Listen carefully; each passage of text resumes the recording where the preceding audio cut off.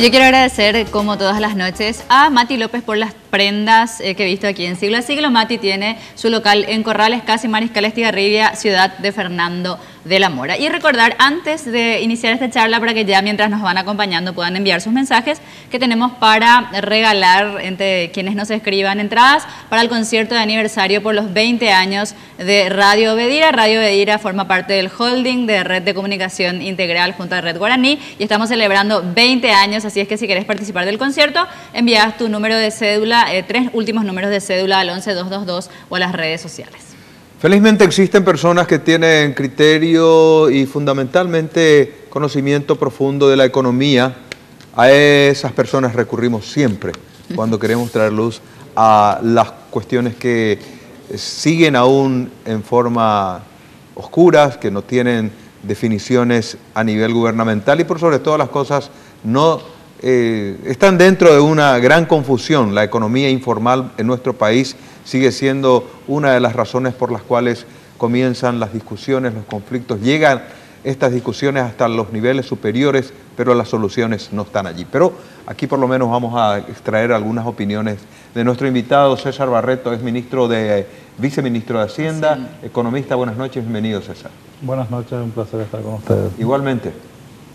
Gracias por la compañía. Saludamos también a Hugo López, él es viceministro de Comercio y en esta noche nos va a comentar también más acerca del proyecto que tienen para formalizar el comercio de frontera. Bienvenido, viceministro. Muchas gracias por la invitación, encantado. Gracias por la compañía. Está el diputado Luis Nectin, él es del Partido Colorado, representante del departamento de Itapúa.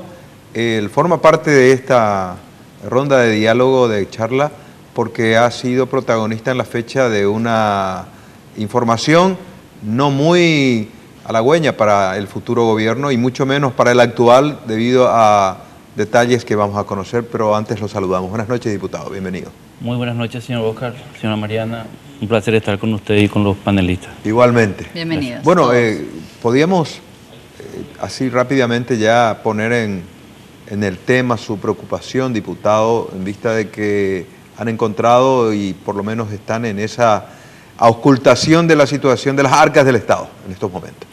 ¿Cómo está eso? Realmente es preocupante, ¿verdad? Porque escuchamos que la gente de este gobierno estaba diciendo que van a dejar reservas importantes en las arcas del Estado, pero no es lo que estamos viendo nosotros cuando estamos recibiendo información de la mayoría de las instituciones, ¿verdad? Hay un grupo que se ha conformado, designado por el señor Horacio Carte, que está en el equipo de transición, pero nosotros en nuestra función de parlamentarios también tenemos acceso a muchísima información a través de pedidos, de informes, y eso está llegando y estamos revisando y nos preocupa. Estuvimos hablando en varias instituciones, dar un ejemplo, por ejemplo, el Tribunal Superior de Justicia Electoral, que el 21 de abril pasado tuvo una importante gestión en cuanto a las elecciones nacionales y estamos viendo que se está debiendo en esa institución 16.000 millones de guaraníes. Ni siquiera se pagó la impresión de los boletines de votos, las NEDU que se compraron para el proceso, los escáneres, los viáticos para la gente que se trasladó al interior, para todo el proceso de la transmisión del TRED, no se pagó la comida.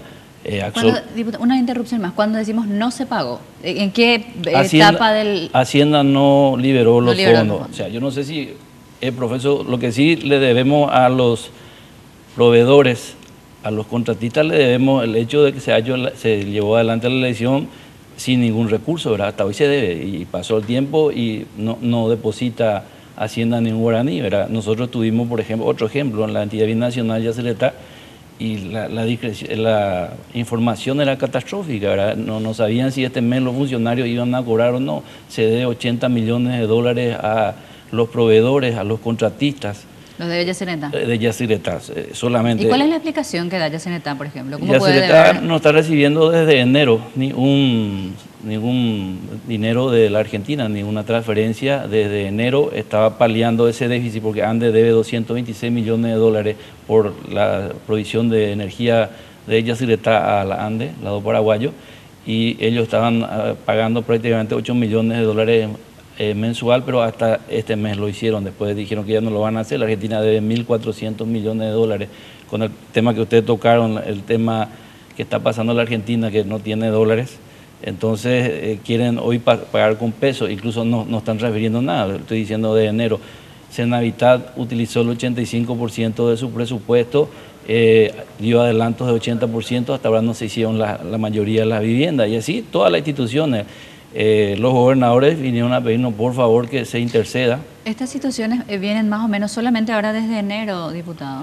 La mayoría viene ya de enero el problema. Los gobernadores vinieron, nos pidieron audiencia, nos pidieron que la acompañemos junto al presidente de la República, al ministro de Hacienda, porque no hay transferencia para algo tan elemental y tan básico como la merienda escolar, el vaso de leche. No se está pagando a los proveedores desde febrero, marzo, abril, mayo. Son 4 meses que se adeuda y nos quedan 4 meses de clase más. ¿Hay un cálculo estimativo de cuánto es lo que está debiendo en este momento el Estado? Porque hablamos del MEC, hablamos de, Senavitat Sí. entregó y no se hizo, hablamos de Yacyretá que debe, hablamos del TSJE. ¿Hicieron ya ese cálculo o no? La información que tenemos es que el Banco Central le dio un préstamo a corto plazo a Hacienda para pagar sueldo hace unos meses atrás ya, ¿verdad? Y se le debe al Banco Central 1 millón de guaraníes, y aparte hay más o menos 500.000 millones lo que me dijeron en cuanto a deuda en guaraníes, pero no me queda bien claro porque hoy le recibimos a los contratistas que están haciendo la parte de obras públicas y nos dijeron que hace meses que no están cobrando un solo centavo de obras públicas y tienen que recurrir a los bancos privados para endeudarse y pagar su personal y seguir con las obras. Están las certificaciones, pero no se pagan los certificados de obra. O sea, realmente a nosotros nos asusta, y hoy tuvimos el ejemplo más grande, la preocupación más grande. Se pidió un crédito de 2 créditos específicamente de $100 millones del BID para modernización de la gestión pública. Que eso postergaron, Sí, ¿verdad? postergamos porque al final de cuentas encontramos una nota de un tiempo atrás ya donde dice que hay obras que están en vigencia, en ejecución, pero ellos van a cambiar la fuente de financiamiento. O sea que este crédito que íbamos a tomar hoy van a usar para financiar esas obras que ya tienen ejecución, tienen presupuesto, y con el presupuesto de esas obras van a calar en el tema de fuente 10. Los economistas siempre tienen, en cierto modo, informadores o alguien que les pasa noticias, informaciones a ustedes desde las distintas esferas del gobierno, en este caso César Barreto.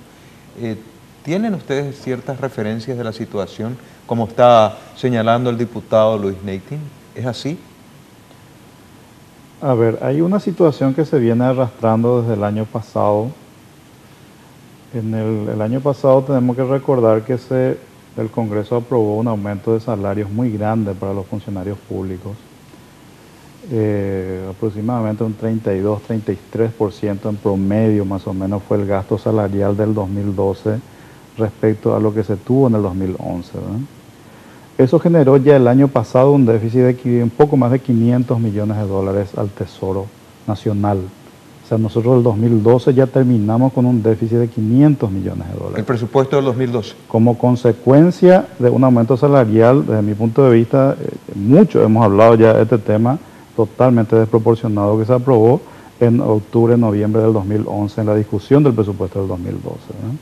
Alertamos en aquel momento, no nos escucharon y efectivamente se aprobaron los aumentos, y el año pasado el presupuesto terminó con un déficit real de un poco más de $500 millones. Eso aprobó el Congreso. Eso aprobó el Congreso. Ese déficit de $500 millones, según las proyecciones que nosotros tenemos para este año del 2013, se va a ampliar incluso un poco más.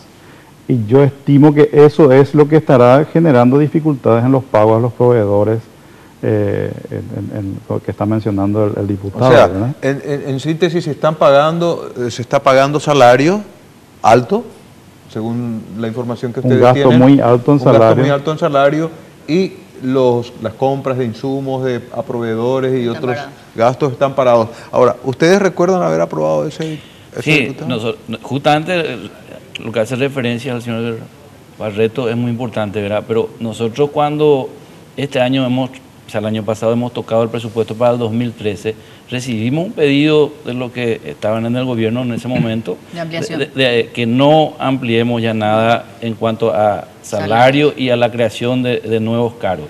Pero esto no es lo que ocurrió ahora. En esta campaña electoral la desproporción reventó, ¿verdad? Se crearon nuevos cargos durante la campaña. Miles de cargos se han creado en la campaña electoral. Además de lo que ya claro, se alzó en el propio Congreso en cuanto a el salario. año anterior, el año pasado, no aumentamos el salario, porque recibimos pedidos de los funcionarios públicos de subir un 10 a 20%, incluso 30% querían, ¿verdad? Nosotros dejamos cero porque asumimos un compromiso. El presidente de la República, el ministro de Hacienda, había hablado con Horacio Cartes en su momento, él nos bajó la instrucción, nosotros estamos en la Comisión Bicameral de Presupuesto y nos pidieron de que no caigamos en ese error, justamente porque está mencionando el señor Barreto, ¿verdad? Pero eso no es lo que aconteció, se crearon pero miles de cargos y hay una cuestión importante, nos culpan siempre al Parlamento, pero son los propios ministros de cada institución los que vienen a pedirte la creación de esos cargos o el aumento, el honorario, bonificaciones. Claro, por supuesto que pueden sí. Pueden pedir, digamos, todos, pero claro, el que firma y cierra el presupuesto del Parlamento. Somos nosotros, pero tampoco el Ejecutivo nunca ve. Pero el Estado no está recaudando más, viceministro. No está recaudando. Yo no tengo información al respecto, realmente pido disculpas por no poder contestar esa pregunta adecuadamente. Yo creo que eso tiene otra información, otra fuente de información. Según la información que nosotros tenemos, al menos en la fuente principal de recaudación del Estado, que es aduana, está recaudando normalmente y está cubriendo con las proyecciones que tiene de recaudación en aduanas. No sé, las otras instituciones no tengo información realmente. ¿Es así, César? ¿Se está recaudando o bajó la recaudación? Quiero ratificar un poco lo que dijo el diputado. Es cierto, efectivamente el Congreso para este año, para el presupuesto del 2013, han aprobado un presupuesto que yo creo que ha sido austero, porque han contenido las demandas salariales de los funcionariados públicos. Por lo tanto, este año no hubo aumentos salariales, ¿verdad? Lo que sí es que lo del año pasado tiene un efecto arrastre de este año. Entonces, si el año pasado tuvimos un déficit de 500 millones de dólares, que es mucho dinero para el Paraguay, nunca tuvimos un déficit de ese tamaño nosotros en Paraguay en la historia, ¿verdad? 500 millones de dólares del 2012 se traslada ya como mínimo 500 millones de vuelta para el 2013. Y además de eso, la recaudación de los ingresos tributarios de este año están muy por debajo de lo que se había proyectado en el presupuesto para este año. Se proyectó un crecimiento de los ingresos tributarios alrededor del 17% en el presupuesto y lo que se observa en los primeros meses del año está alrededor de un 4% más que el año pasado, más o menos. Sin embargo, los gastos están siendo bastante más. Entonces, hay este problema de estos primeros meses que ya hay un déficit muy importante, como nunca. Históricamente el Estado tenía un superávit en los primeros 5 meses del año. Este año en particular estamos teniendo ya un déficit en los primeros 5 meses del año. Y el resto del año típicamente es deficitario. Porque la consecuencia de este déficit, de esta primera parte del año, económicamente, digamos, ¿a qué periodo? Y bueno, hay un efecto de arrastre de los 500 millones ya. Y por encima, obviamente, el gasto electoral, el realizar unas elecciones es costosa. Uno tenía que haber previsto. Claro. Vamos a tener elecciones, vamos a ahorrar esta plata, vamos a gastar, no sé, 20, 25 millones de dólares en las elecciones que se tenía que hacer en abril. Y una consulta. Entonces, ese de por sí ya implica un gasto adicional importante en los primeros 4 meses del año, ¿verdad? Una consulta, le hago economista, porque hace rato mencionaba el diputado y decía que no se están pudiendo pagar salarios o que Hacienda, que era la información que, por ejemplo, Yacineta mencionaba, no sabían si ni siquiera se iban a pagar salarios. Hacienda, mencionaba también, solicita un préstamo para pagar salarios. Le consulto, ¿cuál es el diagnóstico de un Estado que además de que de por sí ya la mayor parte de su gasto es gasto rígido, ahora no está pudiendo cumplir ni con ese gasto rígido sin un préstamo? O sea, pedimos préstamo para pagar sueldos. A ver, es una situación compleja. Yo creo que el presidente Cartes va a recibir una situación fiscal difícil. O sea, este año el déficit va a estar entre 500 y 600 millones de dólares en la medida en que de aquí en adelante se haga una contención en la ejecución de los gastos públicos, ¿verdad? Yo no creo que vaya a haber problema. Bueno, en principio ya dijo que congelaría los salarios del funcionariado público. O sea, no habría ya modificación de lo que hoy se está gastando en sueldos. Okay, es cierto, yo creo que es un mensaje correcto, digamos. Lo que yo creo es que probablemente lo que el presidente va a tener que encarar desde el primer día es darle un gobierno al proceso presupuestario, porque nuestro proceso presupuestario se ha vuelto ingobernable ya en los últimos 5 años. No hay un acuerdo previo entre el Poder Ejecutivo y el Congreso de cuántas son las posibilidades de gasto que se pueden presupuestar. Entonces, hay un desgobierno. El Poder Ejecutivo, por un lado, plantea un presupuesto, después los ministros se van al Congreso y piden de vuelta cada uno de ellos los pedidos que quieren para su propia reprogramación. Y eso es un desgobierno, porque no hay una sola caja que tiene que soportar todo el gasto de toda la estructura del Estado. Tiene que haber una cabeza. En este caso, la cabeza sería el acuerdo entre el presidente de la República y el Congreso para definir, bueno, esto es lo que se puede este año y esto es lo que se va a distribuir. Estamos hablando de un tema muy importante, de presupuesto, de economía, de lo que hace relación precisamente con la estabilidad y con el crecimiento o la estabilidad económica. En este caso, aún no se puede apuntar a una regularización del sistema económico de nuestro país, porque las denuncias y los comentarios que están ustedes escuchando no son realmente los que en principio parecía iba a ser para el nuevo gobierno, que iban a recibir una caja bien fortalecida económicamente. Hay noticias que nosotros vamos a ir desglosando con nuestros invitados a la vuelta del corte.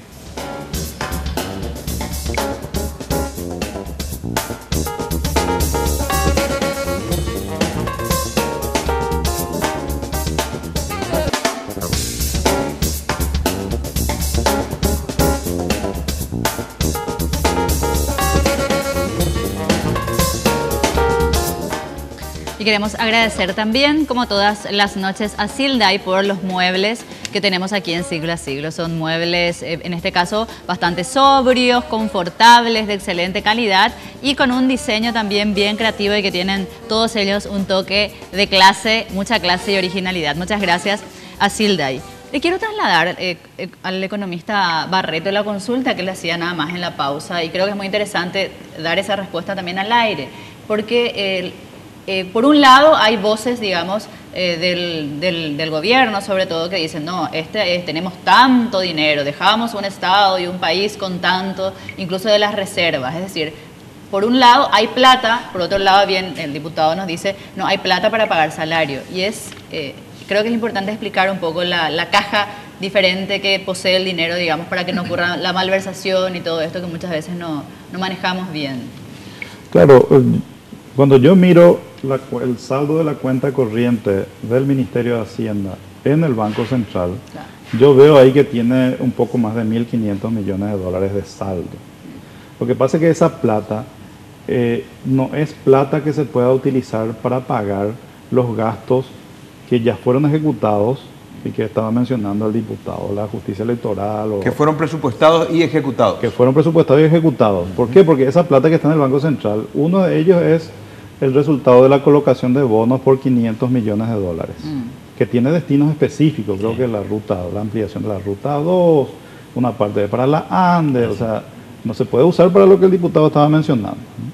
Una parte muy importante, otros 500 más millones aproximadamente, es fondos de la caja fiscal de jubilados de los funcionarios públicos, que eso tampoco puede sacar para pagar los gastos de la justicia electoral, ¿no? Muy importante. Y hay otros fondos de destinos específicos, que uno de ellos fue la donación de Taiwán de hace unos años atrás, una serie de fondos que también tienen destinos específicos, ¿verdad? Por esa razón ya el Ministerio de Hacienda a fin de año ya tenía esa plata ahí, no podía usar para pagar sueldos y tuvo que pedirle un préstamo de corto plazo al Banco Central para poder cumplir con el compromiso que efectivamente ya estaba teniendo en esos meses, ¿verdad? Entonces, ocurre esta dicotomía de que tenemos 1.500 millones de dólares en la cuenta corriente, pero no puedo usar esos 1.500 millones para pagar los gastos que ya tengo hoy. Porque de hacerlo, eso se llama, una malversación de fondos. Porque el Estado o los administradores solo pueden utilizar el dinero para aquello para lo cual específicamente se le aprobó. Así mismo es, a no ser que por una ley del Congreso se le habilite al Ministerio de Hacienda a poder usar esos fondos para otro tipo de fines. Y ante una emergencia, suponemos, diputado Neity, que ustedes van a tener que apelar a eso definitivamente, ¿verdad? Y es casi seguro lo que está diciendo el señor Barreto, de que tenemos que encontrar un camino para saldar todas las cuentas, dejar todo en cero y sí ahí forzar un poco la recaudación. Aduana recauda lo mismo que el año, estaba explicando muy bien, yo tengo la misma información, ¿verdad? Recauda lo mismo el año pasado, no mejoró el IVA. No mejoró la recaudación. No, el IVA tampoco no aumentó, se preveía que iba a aumentar, no aumentó nada y bueno, la situación está complicada y hay que encontrar una salida a todo esto, ¿verdad? Pero lo único que nosotros queremos es la sinceridad, pues uno le escuchó hace poco a alguien decir, no, vamos a dejarle caja 2.000 millones, claro, muy interesante, ¿verdad? Pero vos te vas a ir a encontrar que todo es deuda y esas cosas asustan. Falta un poco de sinceridad y marcar una agenda política entre todos los partidos y bueno, de una vez por todas solucionemos los problemas del país. ¿Estiman que la campaña electoral influyó en este último tramo, en ese desfasaje que estamos hablando? Categórico, se priorizó. Hay ministerios que son privilegiados, ¿verdad? De los bonos soberanos, 350 millones va a obras públicas, ese es el monto destinado, y 150 millones para Andes. Y recibió casi 200 millones de dólares obras públicas. Obras públicas tiró la casa por la ventana en la época electoral, ¿verdad? Es importante lo que se ha hecho, inversión, podemos discutir o no, ¿verdad? Pero hicieron asfalto por todos lados y solamente con un fin político, ¿verdad? Y bueno, descuidaron y no pensaron que iban a tener ese revés y les pasó eso y ahora nosotros estamos recabando la información. Hay muchos compromisos pendientes, ¿verdad? Y asustan. Hoy... ¿sí? ¿Cuál fue la función de la Comisión de Investigación del Congreso en este caso? ¿Se conforma normalmente? ¿Por qué ahora, digamos, se sorprenden también? ¿No hay una comisión que normalmente recibe informes de los ministerios? Sí, tenemos la Comisión de Seguimiento y Control. No, tenemos, justamente ahí tenemos la información que estamos diciendo, ¿verdad? Y saltó ahora recién. No, veíamos lo que estaba pasando, ¿verdad? Pero nosotros podemos hacer lo que podemos pedir informes y hasta ahí está nuestra función y nuestra atribución, ¿verdad? Pero hoy vamos a investigar el uso, saltó el tema del INDER, el pago al INDER que ocurrió unos días antes de la elección, ¿verdad? Ahí se fue un monto importante. Coincidentemente, desde enero hasta el 15 de abril no se pagó Tecoponá y el jueves en avión se empezó a distribuir 46.000 millones de guaraníes. El señor ministro de Hacienda, en vez de pagar los compromisos electorales, decidió pagar Tecoponá. Me parece muy bien, pero desde enero no pagaron. Y el 15 de abril en aviones, todo el país a pagar la transferencia monetaria condicional. Eso es un fin netamente electoralista, ¿verdad? No tenía otra intención. Y en su ámbito, viceministro Hugo López, ¿se avisora alguna mejoría en cuanto a la actividad comercial?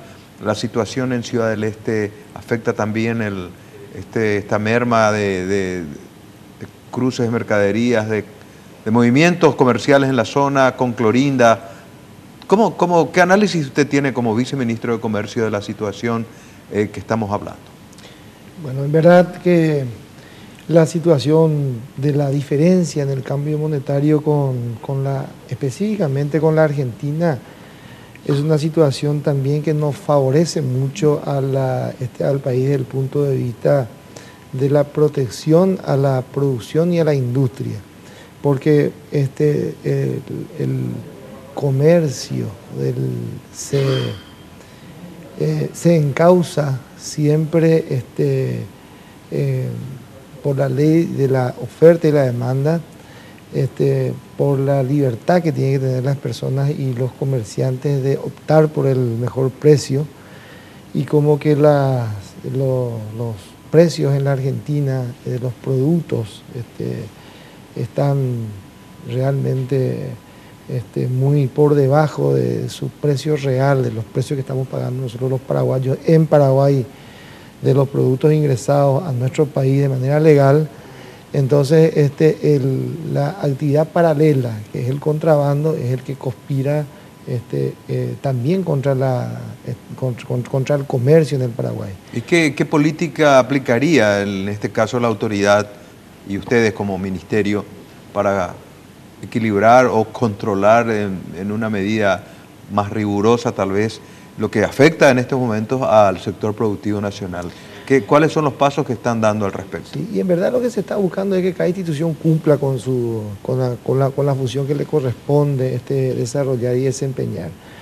Por una parte, el Ministerio de Industria y Comercio, aparte separando un poco la cuestión de la industria, en materia de comercio tiene la obligación de proteger y promocionar el comercio en el Paraguay.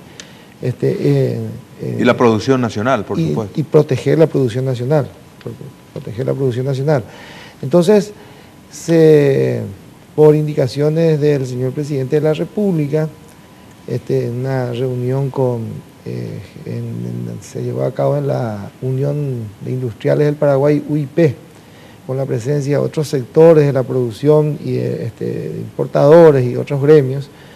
Se ha procedido a la declaración de la intención, al menos por parte del gobierno, de proteger ciertos productos nacionales, a los productores nacionales, especialmente al sector frutícola y también, ¿por qué no?, a la producción industrial. Y se está intentando evitar el contrabando, la lucha contra el contrabando. En ese sentido se ha conformado una comisión interinstitucional, encabeza por ahora esa comisión institucional, en ausencia del presidente de la República, el vicepresidente que está en el ejercicio de la presidencia de la República, e integramos el Ministerio de Industria y Comercio, la Dirección Nacional de Aduanas y las diferentes reparticiones que tienen que ver con la contención contra la lucha del contrabando en aduanas, el Ministerio de Hacienda con sus diferentes viceministerios involucrados, el viceministerio de Economía, el viceministerio de Tributación, también integra la de TABE. Por el momento está funcionando ese organismo, porque hoy tengo entendido decomisaron 10 toneladas de tomate por la zona de Encarnación, unas cuantas toneladas de azúcar, creo que acá por la frontera con la Argentina, pero eso tiene continuidad, ese accionar de control, de rigurosidad, o son temporales, viceministro. Deberían, no, es que lo que pasa es que debería tener continuidad. Lo que pasa es que nosotros también en materia de producción agrícola o de producción industrial dependemos mucho también de las importaciones. O sea que nuestra producción tiene temporadas y debemos permitir el ingreso de algunos productos. Evidentemente. En ese sentido, el que controla por ejemplo, la producción agrícola es el Ministerio de Agricultura y Ganadería, y conforme a la temporada, al ciclo, digamos, regula el ingreso, o pretende al menos regular el ingreso de ciertos productos. De ciertos productos, especialmente aquellos productos frutícolas. ¿Podríamos ampliar, viceministro, de qué se trata este proyecto de formalización del comercio de frontera, como lo designaba usted al explicarnos? Y primero le hago la consulta que le hacía antes de conversar al aire. Creo que existe como una confusión. Por un lado se habla de aumentar el régimen de pacotilla y por otro lado hasta $2.500 he escuchado, algunos decían 1.500, y por otro lado se habla de la formalización del comercio de frontera. ¿Esto forma parte del mismo proyecto? ¿Es lo mismo o son propuestas diferentes? No, yo quiero poner en claro lo siguiente. No, el tema de pacotilla no se toca en esta comisión, en este proyecto.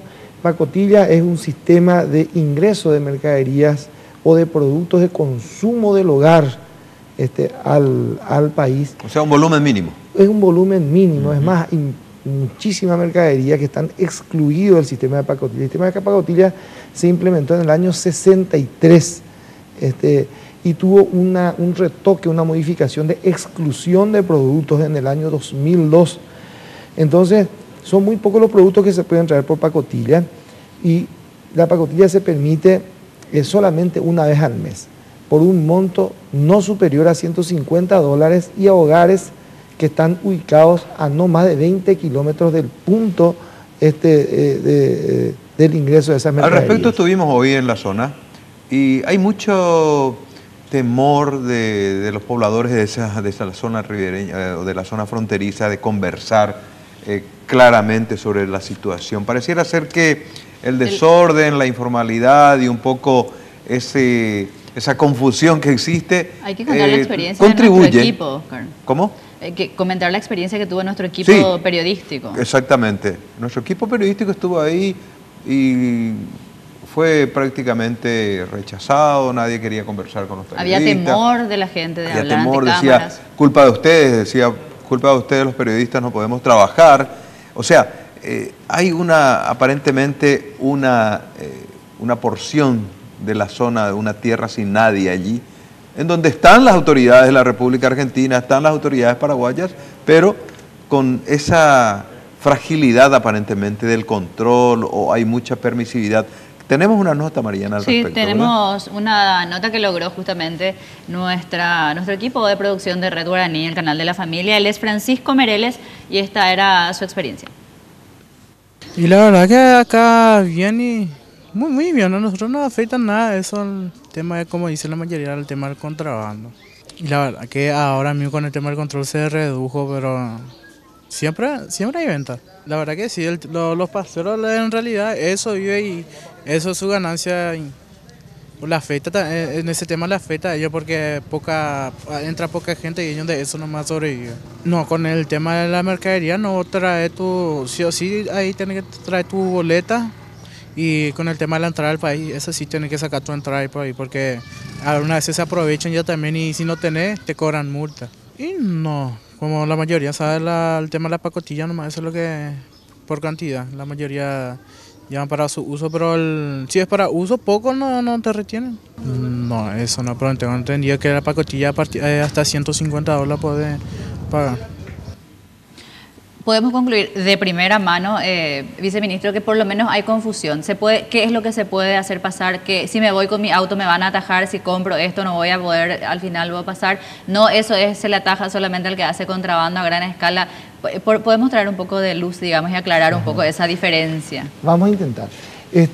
Volvamos a la pacotilla. La pacotilla es solamente para aquellas personas que residen a 20 kilómetros a la redonda, ¿no?, del punto de ingreso de mercadería. Por favor, 20 kilómetros del puente de Clorinda, ¿hasta dónde es, mamá? Y yo no tengo idea de dónde es 20 kilómetros, pero yo saber si es limpio. ¿Pero le alcanza a Asunción o no? Y yo creo que, quiero saber si podemos irnos en línea recta se tiene que sacar los cálculos en línea recta. Últimamente la mitad de Asunción se trasladó a Clorinda. Yo creo que es así. Yo creo que por lo menos hasta Sajonia, son 20 kilómetros. Hasta Sajonia por lo menos alcanza digamos en línea recta, que es lo que dice la ley, ¿no?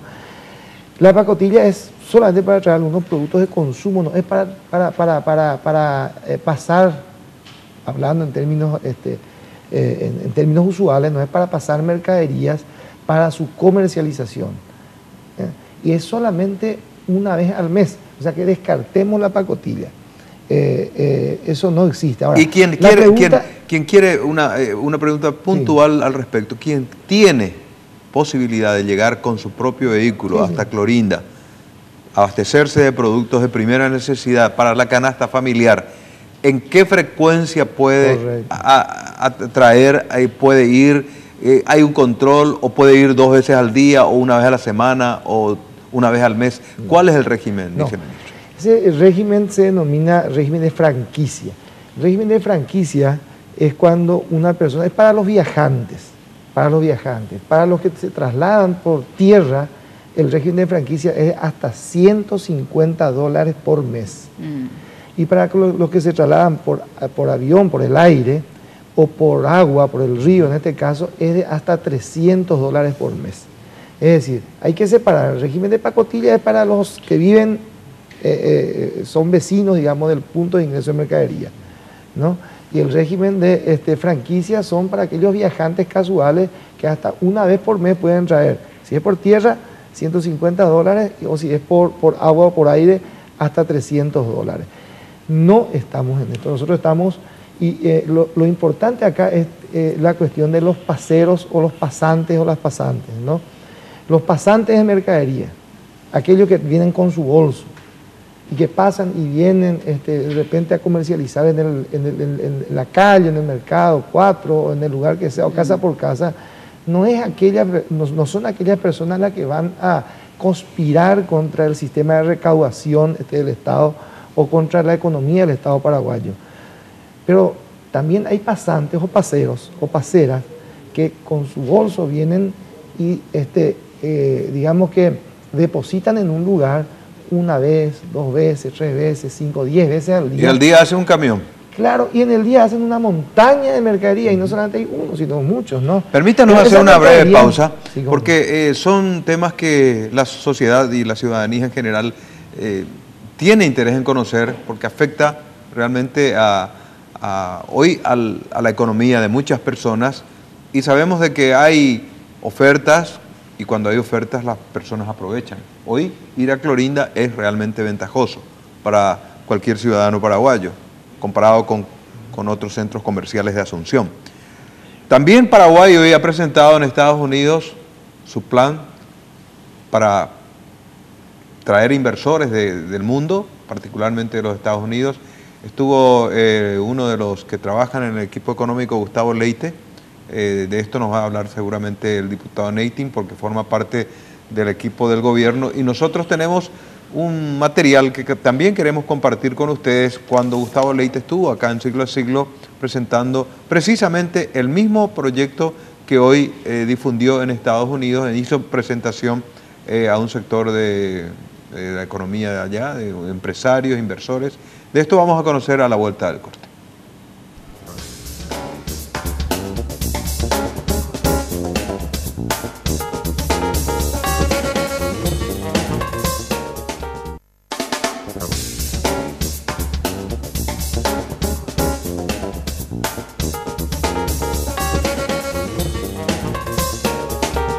Reflexión, música y libros con la propuesta de cada día, cada noche aquí en Siglo a Siglo. El amor hace.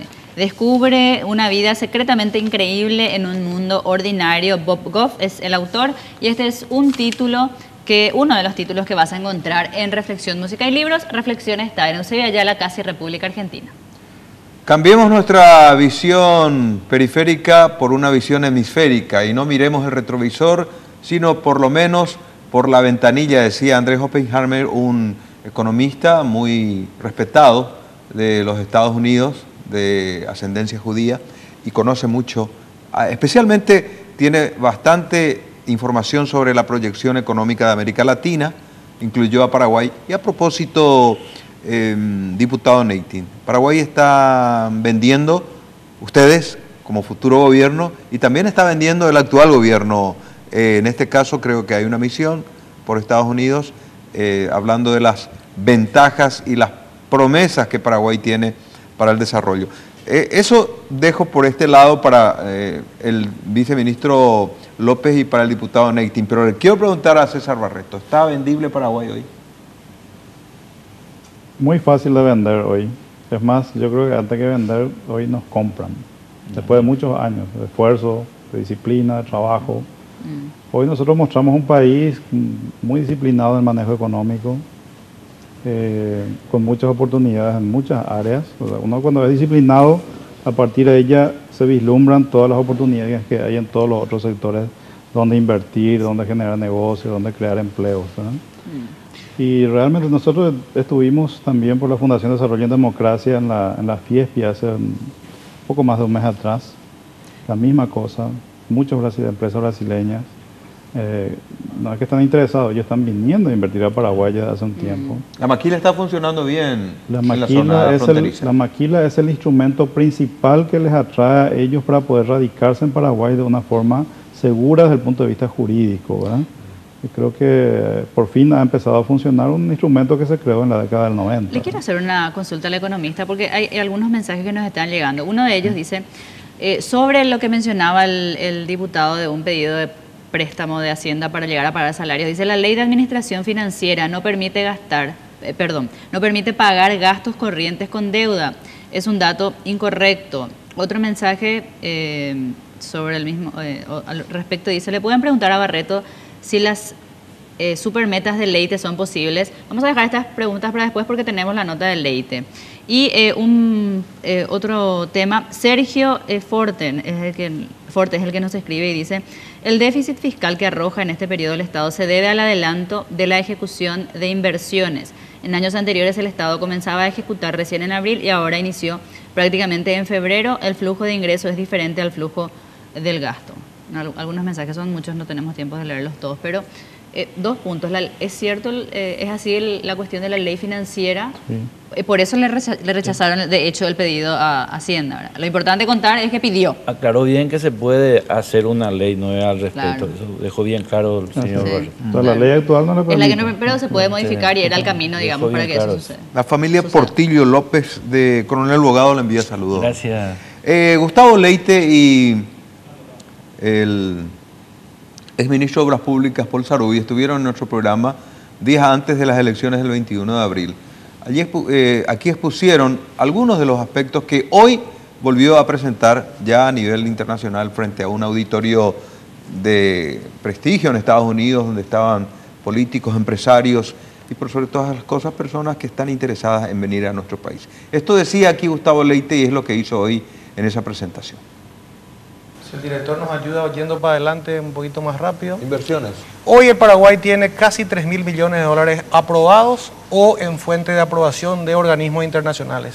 Estamos previendo 2.000 millones de dólares año para que el sector privado nos acompañe. Y el éxito de este emprendimiento pasa por el sector privado. Hay 2.000 millones, por eso si usted mira la placa, hay infraestructura, energía eléctrica, empresas públicas, inversiones sociales adicionales, inversiones que tienen que ver con el desarrollo del campo. Esos ya forman parte de todos los rubros de obras públicas. Sí, obras públicas e inversiones del Estado. Nosotros hablamos de llevar Ese el es un producto. programa general de gobierno de Horacio Cartes, sí, es señora. decir, ya abarca... Si queremos concentrarnos en lo que es solamente infraestructura, por decirlo así, estamos hablando entre rutas, energía eléctrica, casi 10.000 millones de dólares. Y de eso queremos que el sector privado nos acompañe aproximadamente en un 33%, 35% del total. Nosotros hemos avanzado en el sondeo de empresas internacionales. Si bien la línea política del candidato y del Partido Colorado es que las empresas paraguayas sean las primeras en llenar su producción, estimamos que no vamos a dar abasto con empresas paraguayas. Hemos sondeado de empresas internacionales y de empresas que vienen con su propio financiamiento y con sus propios bancos de inversión. Entonces, por el lado del sector privado estamos muy tranquilos y por el lado de organismos internacionales, Paraguay es un país muy solvente, estamos tranquilos, hemos sondeado también los organismos internacionales y todos están muy entusiasmados con nuestro programa de infraestructura. Y en el campo de la inversión, o sea, por lo menos en la venta de Paraguay, en la atracción para inversionistas, ¿quiénes están haciendo por el actual gobierno alguna gestión similar, Hugo López? Sí, y justamente la comitiva que estuvo presentando oportunidades de negocio en el Paraguay, que es una iniciativa privada, fueron también integrados por funcionarios del gobierno actual y también por el sector privado. Estuvieron exponiendo en Miami el ministro de Industria y Comercio, el doctor Diego Zavala, el ministro de Planificación, el señor Richard Kemp, por el sector público, otras personas más que no recuerdo, el sector privado, Benjamín Fernández Bogado. Eduardo Felipo estuvo también. También Felipo, de la UIP. De la UIP, y otros que no recuerdo, pero realmente yo creo que las condiciones están dadas para que Paraguay sea un destino importante, un destino atractivo para las inversiones. Eso es lo que al menos todos coinciden y yo he tenido la oportunidad de participar en reuniones con inversionistas, con personas que están trayendo proyectos de inversión en el Paraguay, que pasaron por el Ministerio de Industria y Comercio a exponer sus inquietudes y realmente yo creo que en los próximos años y en los próximos gobiernos en plural, así como se escucha, si todo va bien, vamos a tener un Paraguay transformado en un país preindustrializado quizás o industrializado ya en poco tiempo. ¿Y cómo van las tratativas del plan de gobernabilidad que buscan en el Congreso, diputado? Está todo bien, yo creo que hay un gran interés de marcar una agenda común, eso es importante, ya que estamos hablando, el Paraguay tiene tantas oportunidades, hay que dejarle a la gente que trabaje, eso es una garantía que nos piden todo el mundo. Paraguay con pocos habitantes está entre los mayores productores de grano del mundo, la soja es un ejemplo, tercero o cuarto en el mundo, la producción de carne, y tenemos que hacer una agenda común entre todos los partidos y ser serios, eso es demasiado importante. A medida que seamos serios vamos a tener inversores y el Paraguay va a despegar y tiene mucho futuro, ¿verdad? Pero tenemos que ponernos todos la camiseta del Paraguay y dejar un poco de lado las cuestiones partidarias. De colores. Si no, eso es lo que la gente nos pide, nos pide seguridad jurídica, nos pide garantías y tenemos demasiado potencial, la tierra, la gente trabajadora, la energía más barata, la carga impositiva, o sea, hay ¿Y muchísimas... hay coincidencia entre los políticos en ese sentido o usted ve que no se pueda lograr esa, No, yo veo que se va a poder. gobernabilidad? Yo veo que se va a poder, ¿verdad? Yo creo que... En diputados por lo menos Sí, se da. ya existe una Nosotros, ventaja, ¿no? pueden decir lo que quiera este gobierno actual, ¿verdad? Pero tanto a Lugo como a Franco nosotros jamás le hemos negado ningún apoyo que nos ha solicitado. Le hemos aprobado todo lo que nos pidió.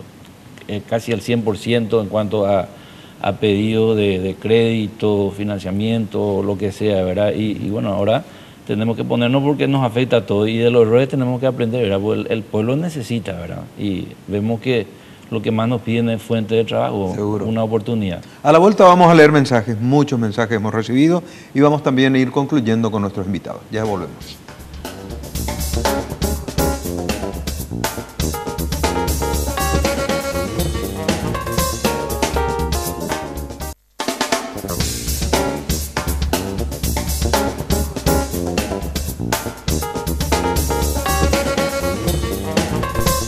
En Dismar Salud y Cultura tenés numerosas opciones para un buen regalo para mamá, porque todavía estamos en el mes de la madre, porque todos los días es un buen momento para regalar a mamá o para el Día del Padre que se acerca. Por ejemplo, el vibromasajeador orgánico Jack de Dismar Salud y Cultura, que ayuda y es muy efectivo para combatir dolores musculares y aquellos que son producidos por el estrés, la artritis o la artrosis. Dismar Salud y Cultura. Y también quiero recordarles que tenemos entradas para regalar. Son entradas para el concierto por el aniversario de los 20 años de Radio Obedira. Hoy, al finalizar el programa o en el último bloque, vamos a estar adjudicando a aquellos que se comuniquen con nosotros. 11222, redes sociales, nos dejan su nombre y los 3 últimos números de cédula. Vamos a sintetizar los mensajes que hacen referencia justamente a la pregunta de qué hacemos con la necesidad que tiene gran parte de nuestra sociedad que vive del paso de la actividad en la frontera. El diputado Neitin justamente nos está diciendo que en la zona de Itapúa existirían aproximadamente 4.000 personas que viven de la actividad del comercio fronterizo y comparado con Ciudad del Este tal vez sea menor y con Clorinda tal vez, pero sumando tendríamos unas 10.000 familias que viven de eso aproximadamente. Así es. César Barreto, ¿cómo nosotros podemos compatibilizar esa necesidad de una economía informal que se conoce existe ante una promesa del nuevo gobierno también de que las cosas tienen que mejorar en ese sentido? ¿Qué respuesta le damos a la gente? Una pregunta difícil, pero aquí hay que entender que nosotros somos un país que estamos en el medio de dos países que son muy complicados. Algunas veces a los paraguayos les conviene venderle a los argentinos vienen a comprar a Paraguay, que es la mayoría del tiempo, por lo menos de los últimos 20 años. Y algunas veces, en este caso creo yo por un error de política económica del gobierno argentino, genera una distorsión tan grande que hace de que esto que los argentinos venían a comprar a Paraguay, ahora los paraguayos se van a comprar a la Argentina. Yo esto lo veo como un fenómeno transitorio. Esto yo no creo que sea un tema permanente, digamos. Entonces, creo que no hay que tomar medidas permanentes para un problema que es coyuntural. Los problemas coyunturales hay que encararlos desde un punto de vista también coyuntural en las soluciones que se puedan dar. Y veo difícil que se pueda controlar esto porque las diferencias son tan grandes que a no ser que le pongas a todo el ejército y la marina y la fuerza aérea junta para que controlen toda la frontera que tenemos de seca y de ríos. Una pregunta nomás le quiero hacer, economista, le dejo cerrar, pero cuando usted decía, por ejemplo, no dar soluciones estructurales a una cuestión coyuntural, ¿eso incluye esto de alterar, por ejemplo, el régimen de pacotilla o no? Mira, yo desconozco el proyecto, no sé, no quiero opinar de cosas que no conozco, pero creo yo de que no puedes crear un régimen permanente para un problema transitorio. Si tenés un problema transitorio, yo crearía en todo caso un régimen transitorio. Porque tu solución de ahora va a ser un problema después. Así mismo. Tampoco el gobierno argentino está poniendo trabas. Solamente con relación al aceite hay una restricción porque el aceite está subsidiado en la República Aceite, Argentina. gas y las cuestiones subsidiadas. Después creo que todos los productos se compran libremente en Clorinda. Ahora, Hugo, nosotros queremos preguntarte, ¿puede seguir el ciudadano asunceno hasta Clorinda? ¿Puede seguir yendo a Clorinda a traer productos de la canasta básica? Y siempre y cuando sea una vez al mes, hasta $150 si se va por tierra, y si se va en lancha por agua, dice la ley, tiene una excepción de hasta $300.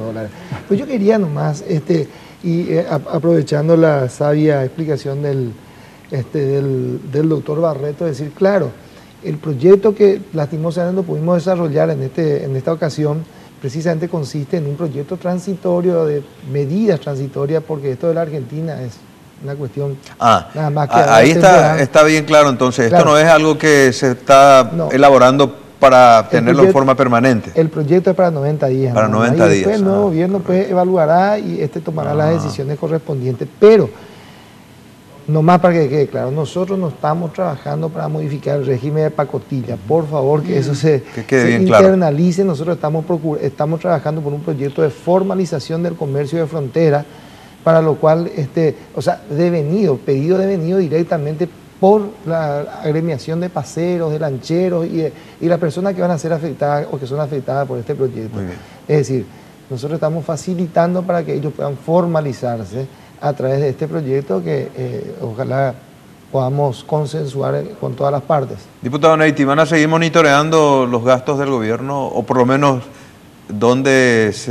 a dónde pueden recurrir para salvar los gastos que están pendientes? Sí, vamos a tener acceso a la documentación oficial, ¿verdad? El equipo de transición va a recibir, porque han presentado la solicitud y ahora falta la entrega de la respuesta al respecto. De todos modos, nosotros cuando asumamos el 15 de agosto vamos a saber bien qué es lo que ha acontecido, ¿verdad? Pero no tenemos ningún interés de perseguirle a nadie, no esa es la intención.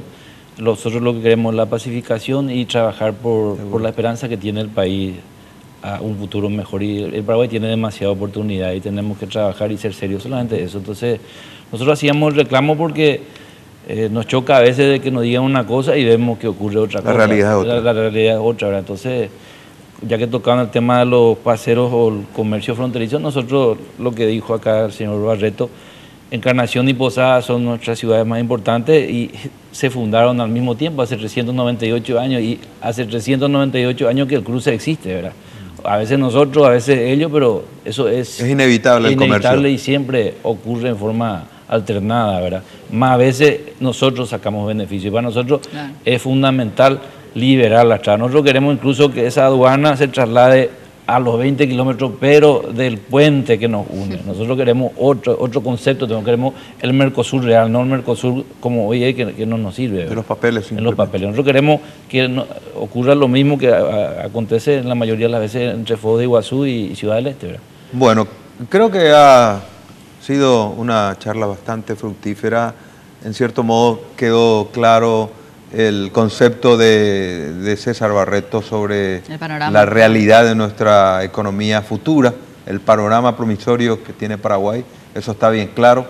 Acá el político y el diputado Neity dice, queremos pacificar, queremos entrar con un gobierno a trabajar sin colores, y con esa perspectiva creo que nos aguarda un país estable por sobre todas las cosas, y con proyección a crecimiento que puede traer beneficios a nuestra sociedad. Mariana, creo que tenemos que despedir y agradecer esta presencia de nuestros invitados. Así es, gracias a nuestros entrevistados y por supuesto el tema da para más y para seguir analizándolo y lo vamos a hacer probablemente en futuras ocasiones. A la vuelta nosotros ya vamos a conocer acerca del disco o el nuevo disco que está presentando CFA Music, se llama Llegaré, se presenta aquí a la vuelta de la esquina nomás ya el 15 de junio y vamos a conocer todos los detalles con Fabián Ojeda que ya está aquí. Regresamos en un ratito.